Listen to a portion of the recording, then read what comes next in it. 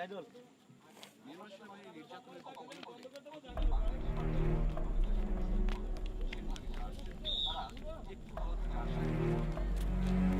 challenge with treating these particular women and girls was how brutal their experiences had been.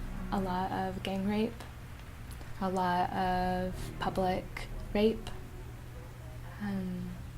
some girls that were taken for days and assaulted often. I think a lot of women were just wanting to know that their bodies were okay again, and I think a lot of women were concerned about whether or not they were pregnant.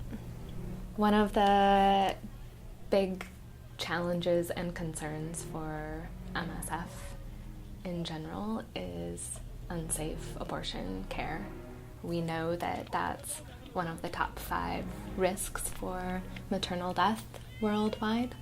It wasn't surprising that we had a lot of women coming in bleeding for unknown reasons, and numbers that were high enough that it was easy to speculate that they're starting termination of pregnancy at home.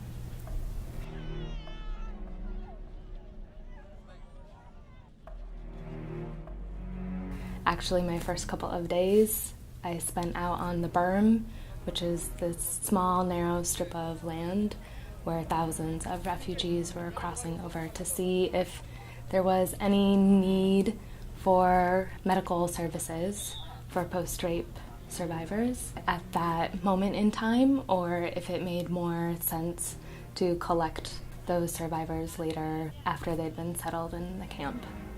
So we trained a group of young women to spread the messages about sexual violence in the community, but to be able to actually have a more in-depth conversation.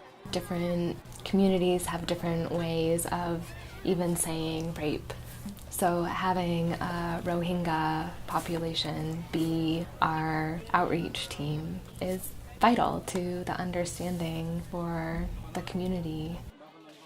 A lot of women were coming in because they, I think, just wanted to be heard. We had a very strong mental health component to our services, so anyone who came in for sexual violence was also referred to a mental health officer. Spending my first day out on this berm where there are 14,000 people waiting to cross the border, wanting to pull out any emergency cases and make sure that everyone has some understanding of where they can go and get medical care once they're established in the camp. Like that all kind of took a different shape in my mind when I started to hear the stories of how many women were assaulted and fled immediately upon escape.